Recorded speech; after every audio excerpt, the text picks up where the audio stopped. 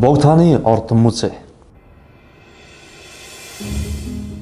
1893-аас 1903 оны хооронд баригдсан 7 сүм 8 дугаар ог Жавсан дамын амьдарч байсан өвлийн ордон нийлээд өнөөдөр Бог тааны ордон музей болжээ. Эргэж харах юм бол та музейн хамгийн урд хэсэгт байрлах Ямпай ханыг харна. Нүдэнд харагдахгүй далдын гай барцтай сүмийг хамгаалах бэлэгдэл бүхий энэхүү хан нь төвдөр хаалттай хаалга гэсэн утгыг илэрхийлдэг. Ямпай ханаас хойш яваад асар талга бай. Голын эсгээр нь Богд хаан болон түүний хатан ойр төрөл садангийн хүмүүс орж гардаг байсан бол зүүн баруун талын жижиг хаалгаар ордны хамгаалалтын цэргүүд, төрийн ноёд, хөгжимчд, элч нар, зочид гийчд ордог байжээ. Харин одоо таны харж байгаа хаалгыг амгалан инхийн хаалга гэдэг.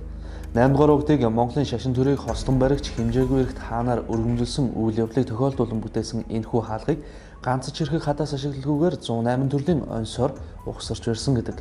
Амгалан инхийн хаалгаар дотоош ороход мах хэмзэн сүм, торгон зургийн сүм, сэрүүн асар, уран зургийн сүм, найдан сүм, бурхны сүм, лаврын сүм зэрэг бий. Лаврын сүмд Богд хаан мөрөглөө хийдэг байсан бөгөөд анх туурагд зан узрын уралсан баримлууд энд байдаг.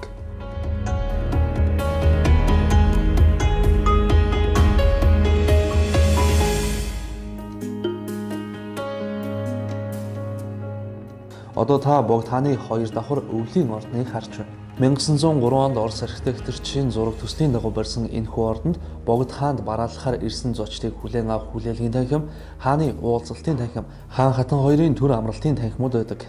Уулзалтын үеэр Богд хаан 25 давхар олбог бүхий суудал дээр заларч, улаан өнгийн олбог суудал дээр төрийн өндөр зэрэгтэй лам нар, цэнхэр өнгийн олбог суудал дээр төрийн сайд нар тоглодог байжээ.